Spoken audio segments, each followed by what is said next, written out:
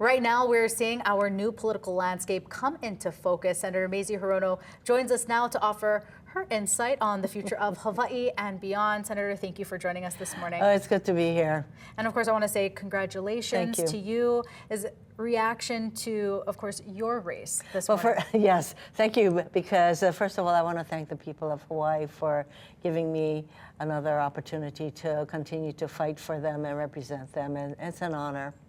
And reaction, of course, to the presidential race. We're also seeing some changes in Congress. Yes. So what are your feelings on all of that this morning? Well, clearly we need to take stock of what's happening and what might be on the horizon. What I do know is that what will continue to guide me will be the principles and the values that we hold dear in Hawaii. And for me, the aloha spirit and the caring for others, decency, telling the truth. Those are things I learned from my parents and my grandparents, and that's basically what the people of Hawaii relate to. And so those things will continue to guide me, and that's going to be important as we deal with an incumbent president who says, I will be a dictator on day one, and I will terminate the Constitution. And so the battles that we thought we had won don't stay won, so more than ever we need to work together to fight back on behalf of the people of Hawaii, and that's what I'm going to do. So what challenges do you see for yourself as you continue to push for what your constituents need and what your constituents want, of course, here in Hawaii? How do you see any challenges with a new leader in the White House? What the president does is going to be one thing, but at the same time, there are practicalities of working with my colleagues on the other side of the aisle, and I've always done that. We've managed to get things done on behalf of Hawaii and the other states that need help. Especially going forward, I want to make sure that Maui has the support it needs. So we need to continue to deal with the environmental issues relating to Hawaii and the pollution and all of those issues. So I will find common ground on those issues along with the rest of the delegation. There are going to be some issues that we're not going to be able to come together on, but we will continue to fight back. For example, I have a concern about any further limitations to a woman's right to choose and determination, and really the attacks, I think, on our freedoms will be something that I would definitely fight back on.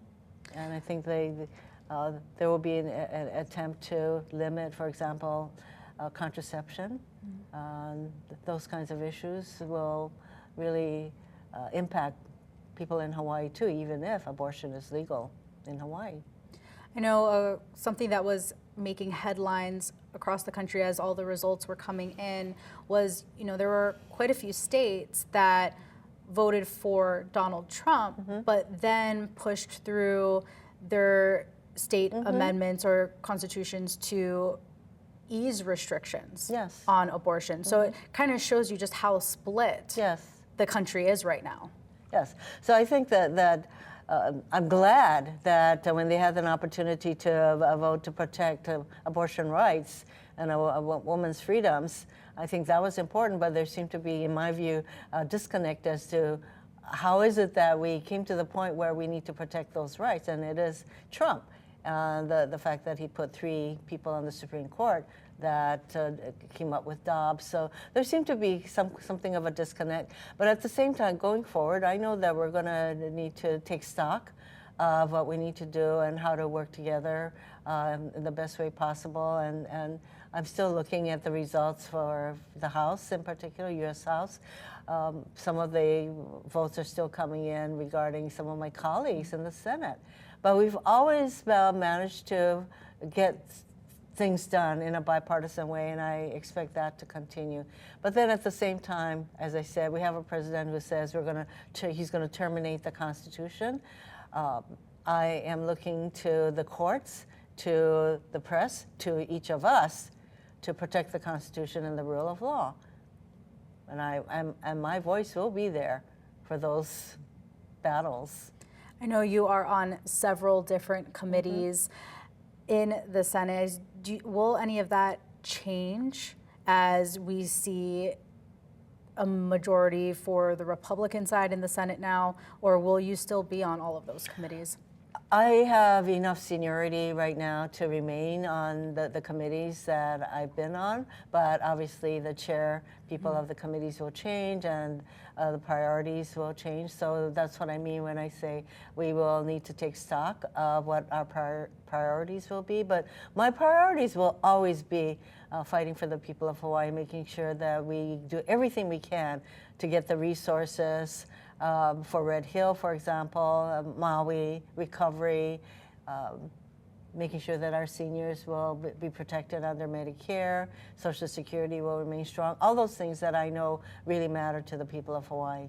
And you've mentioned Red Hill, Maui recovery, our kupuna Medicare. Is there any other top things on your agenda? I'm going to continue to be a voice for democracy and protecting our Constitution, adhering to our Constitution in the face of, as I mentioned, a president who says he wants to terminate the Constitution. He doesn't think the rule of law applies to him. No, what makes a democracy is the rule of law. So I think that we need to pay attention to any attempts to not have the rule of law apply to all of us, including, of course, the president. And, you know, there are significant challenges on the geopolitical front. We are in the midst of two conflicts. We have one in Europe, one in the Middle East. How do you view the U.S.'s role in these, and what should our focus be when it comes to foreign policy, especially as you guys head back to D.C.? I think that the Trump presidency represents more of a nationalistic tendency to just look at our own country and not look at the role that we have, the leadership role that we've been playing. And I have serious concerns about continuing support for Ukraine, which I think is critical to that nation, as well as giving more free rein to Netanyahu. That is not a good thing, but it's something that I think Trump would be much more inclined to do than the Biden-Harris administration. So if we care about ending the war in Israel, I think that we're possibly looking at more difficult challenges there. So there will be geopolitical ramifications that will cut back, I believe, on our country's leadership. But this means to me that NATO, for example, the NATO countries, our allies, will probably look to themselves more to support their priorities. But again, we shall see.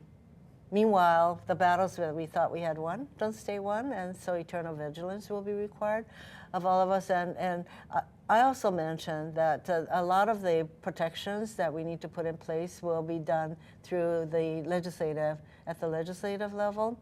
So voter protections, for example, voting rights, a woman's reproductive rights, those are all issues that can be dealt with and need to be dealt with at this point, thanks to the out-of-control Supreme Court, that will be dealt with at the local level. So who gets elected to our legislative offices will be very important. As we look here at home, I'm not sure if you saw videos, photos of the long lines, the voter service centers yesterday.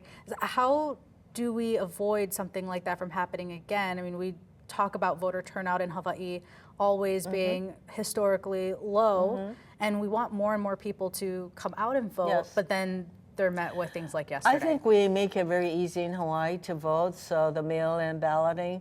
But clearly, when people can register to vote and vote on the day of the election, when you have only 2 polling places open, then you have long lines. And now that we've experienced that, I would say going forward, we will continue to encourage voting by mail, because I haven't heard any criticism about that.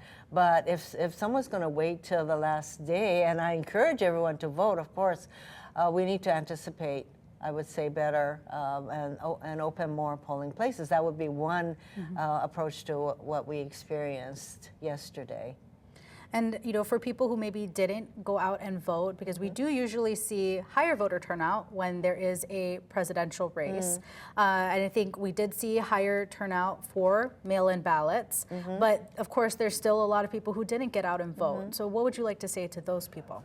Well, the fact that more people voted this time all across the country, that is a good thing. Because as you mentioned, Hawaii's voter participation has been relatively low, and we need to do better. At the same time, the legislature legislature will be tasked with, and our elections people will be tasked with making sure that the lines are short. All of those things are within our control to do. At the same time, I am very much for voting as a habit, and that's why one of the young people that I talk with, her name is Sophia from Punahou School, and she is a leader on Kids Vote.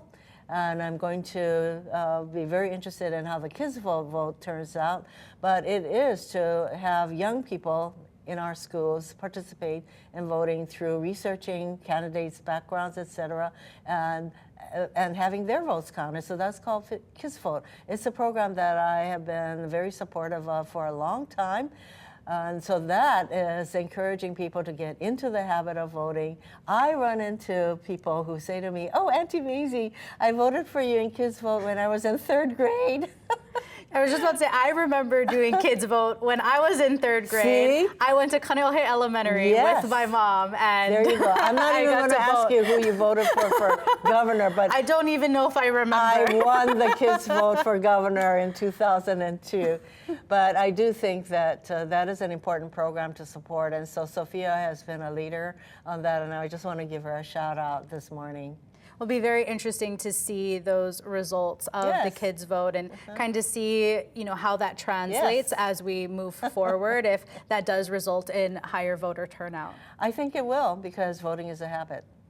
Well, Senator, before I let you go this morning, do you have a message to your constituents? Oh, my message is, well, first of all, once again, thank you so much for the privilege of serving and fighting for you, because I'm on your side, as you know. And I will always be guided by a desire to do the right thing for the people of Hawaii, to fight back on all the things that may be coming down the pike that will not be supportive of our people and our communities. So I will always be on your side. Well, Senator Mazie Hirono, thank you so much for joining us this morning. Thank you. Aloha.